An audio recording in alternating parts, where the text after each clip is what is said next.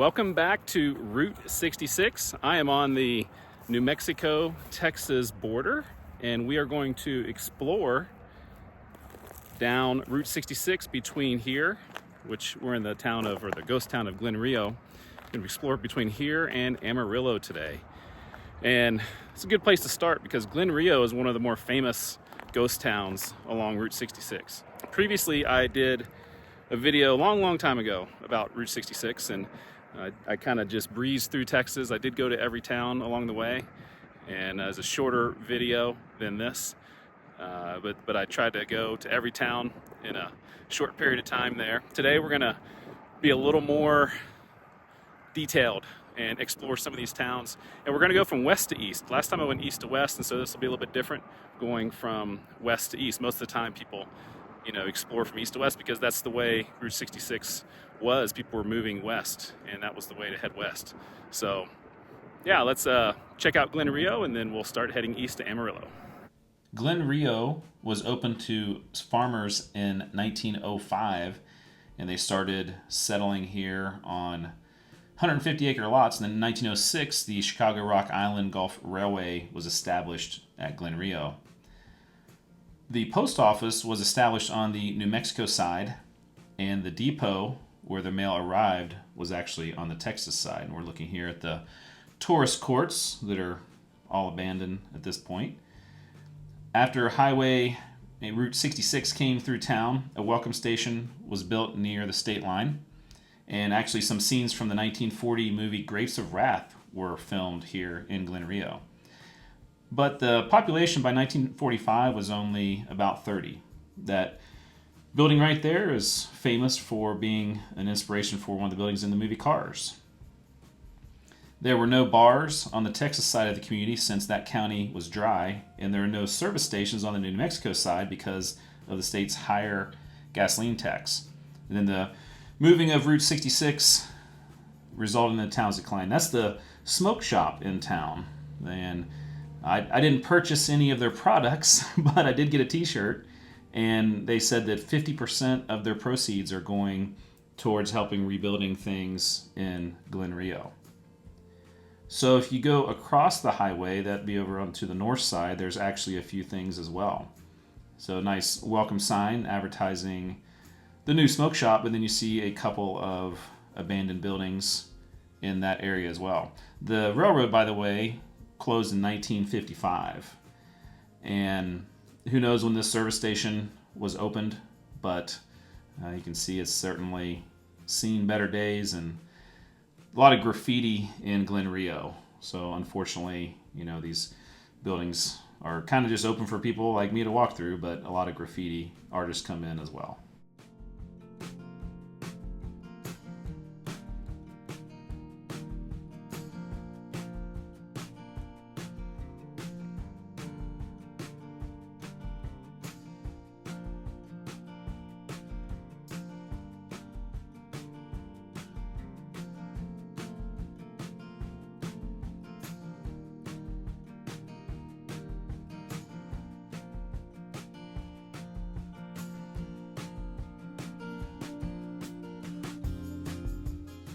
On the map, there was a Boise, Texas, that's kind of off to the right, at least on the map. And years ago, I actually drove through that area, but the roads that I tried to find off of I-40 here weren't accessible. So I got off at this exit and took a back road towards Boise.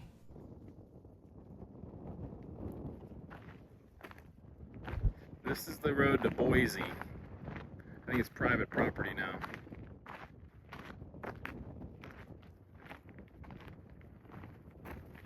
Back where I got off the exit is named Gruhlkey, and it was never a town, but I think it was just a gas station that was owned by a guy named Percy Gruhlkey back in the day. Now there's a gas station there, but on the other side of the highway, on the north side, you can see some old ruins, and that was probably the old gas station.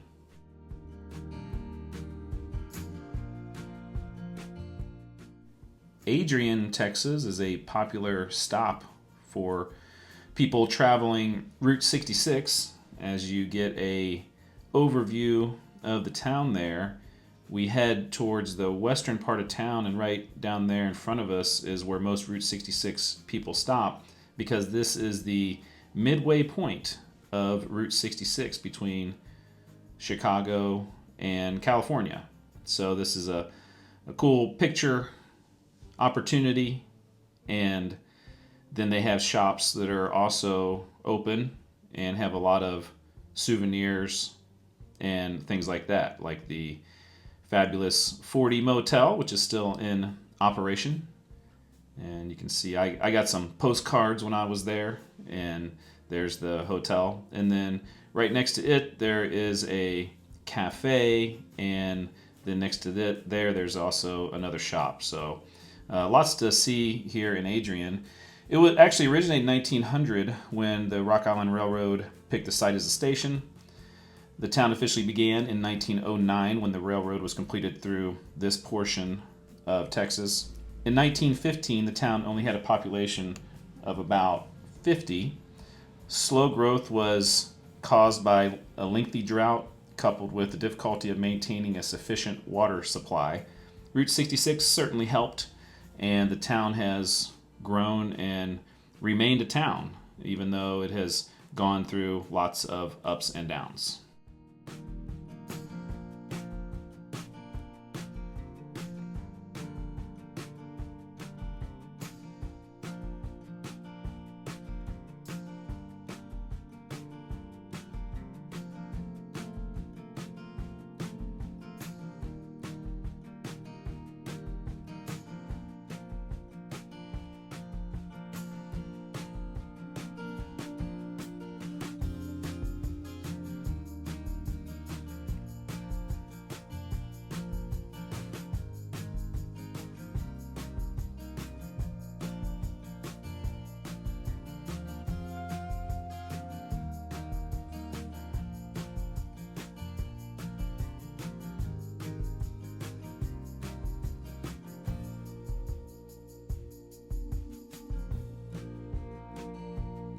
The thing about when you get off of Route 66 and go into the town, you see that like the devastation of, you know, I-40 bypassing Route 66, because there's so many abandoned places in a town like Adrian.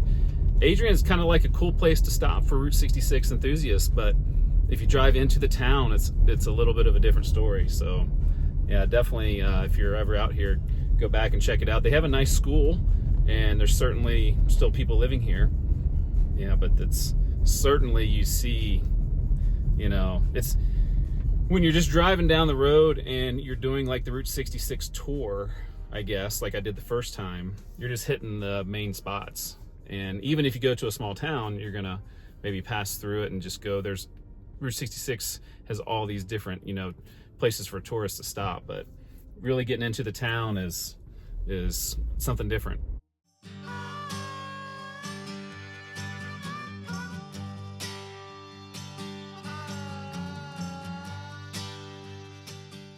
The next dot on the map here is Landergin, Texas, and it was a headquarters for a ranch established in 1906 by brothers Pat and John Landergin, who eventually helped found the town of Vega, which we'll be going to next. When the railroad came through the area in 1908, they established a supply store near the railroad switch, and a small community developed.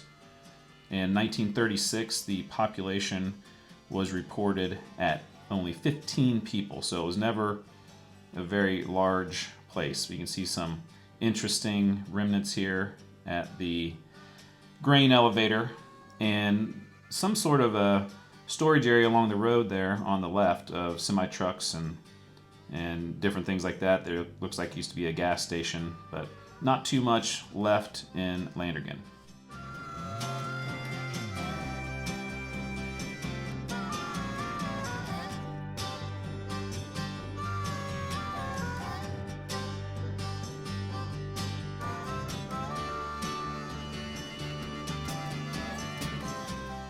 On the left over here, before we get to Vega, I think is where Ontario used to be. It was platted in 1908. It suffered, however, from a lack of well water, and water had to be hauled into the town, so it was a short-lived community.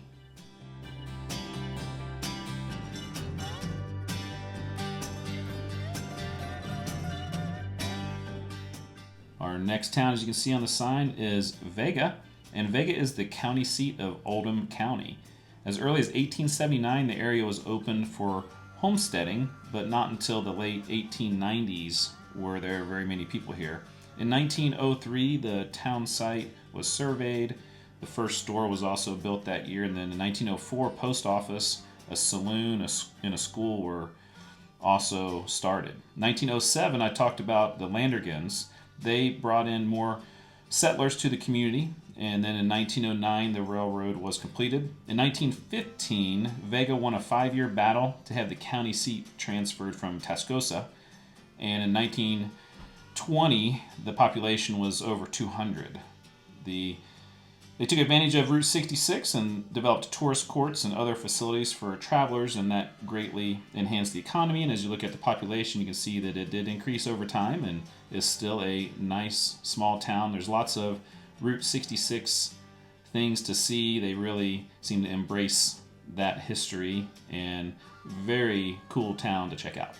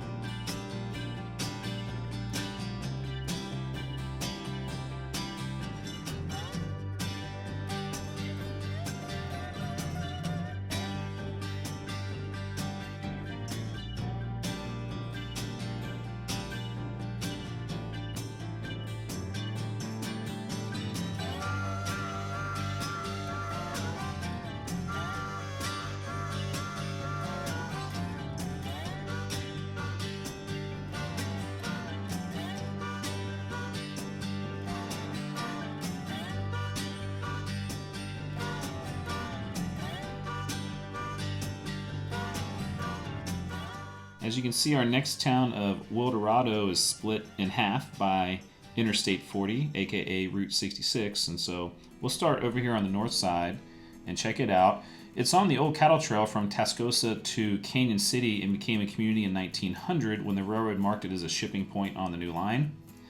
Post office was established in 1904, and the railroad was eventually here in 1908. And then when that happened, the Wildorado State Bank was built, as well as a hotel. And by 1915, there were about 100 people that lived here. There was a decline in population because of the Dust Bowl, Depression, things like that. And there were robberies of the bank, and so that really hurt the citizens here. And then Route 66 started, and that helped grow back the town a little bit. See, we'll go under the highway here and onto the south side, and you can see these older businesses that were probably Route 66 type areas. I'm guessing Route 66 went on this side of the highway, and was probably, obviously kind of right in between the town. So population has been, around a couple hundred people, and there are quite a few things to see here if you go on both sides of the highway.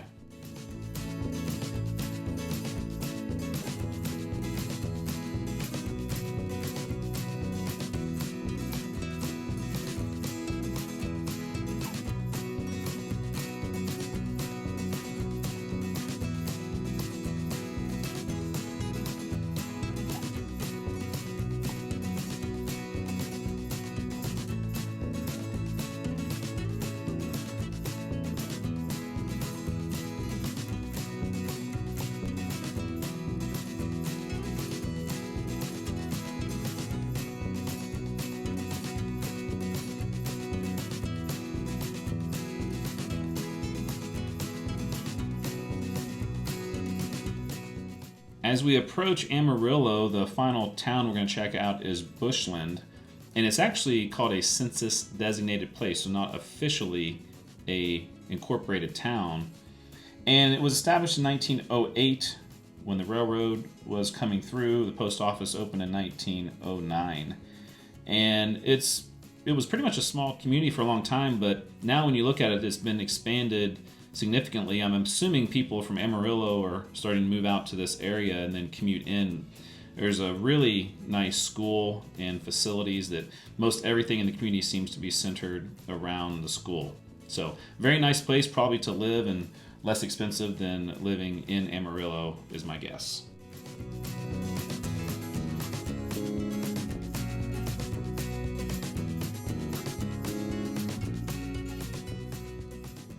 Starting to get cold. It's early December, and the daylight doesn't last very long, so it's starting to get dark already. It's only 4:30, but I thought this would be a good place to end. We're at the Cadillac Ranch just west of Amarillo, and this is a pretty famous Route 66 touristy stop, so let's go check that out, and we'll finish the video here.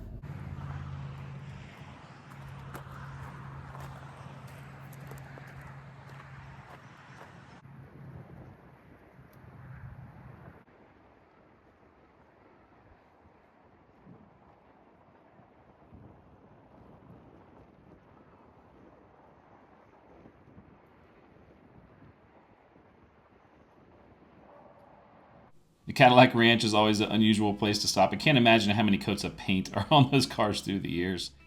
And then a fun photo op with the Second Amendment cowboy here, just down the road from the Cadillac Ranch. They also have a gift shop right here by the RV park.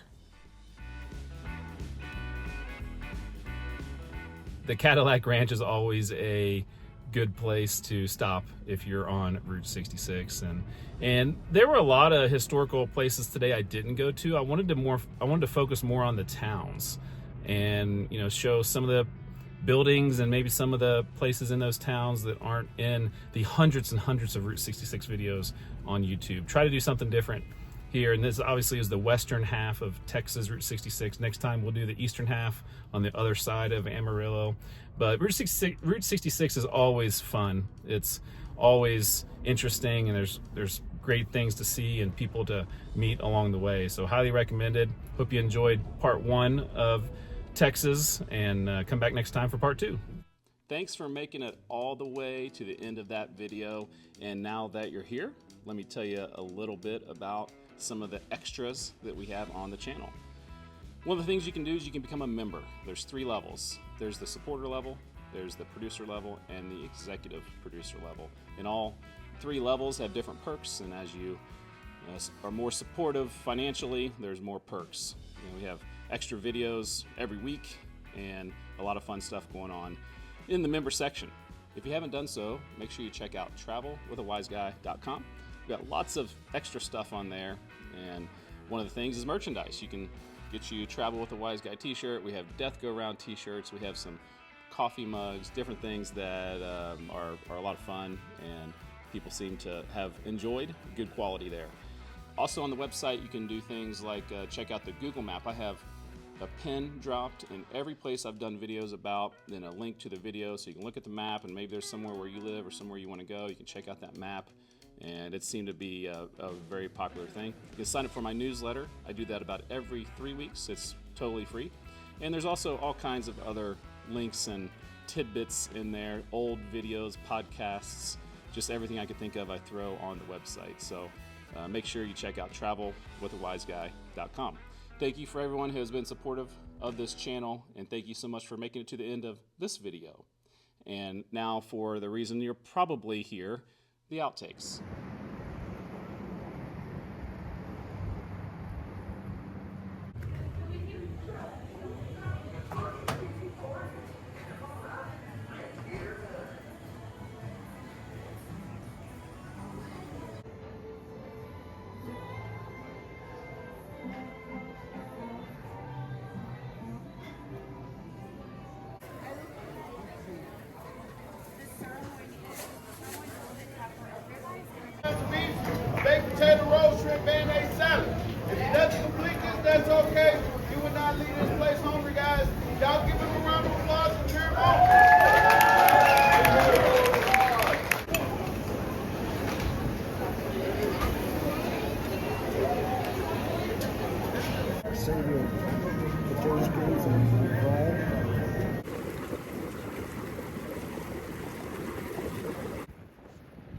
guys gonna find one, but we got one in Vega.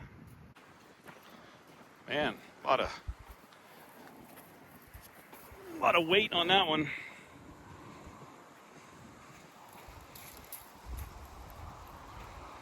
Pretty good.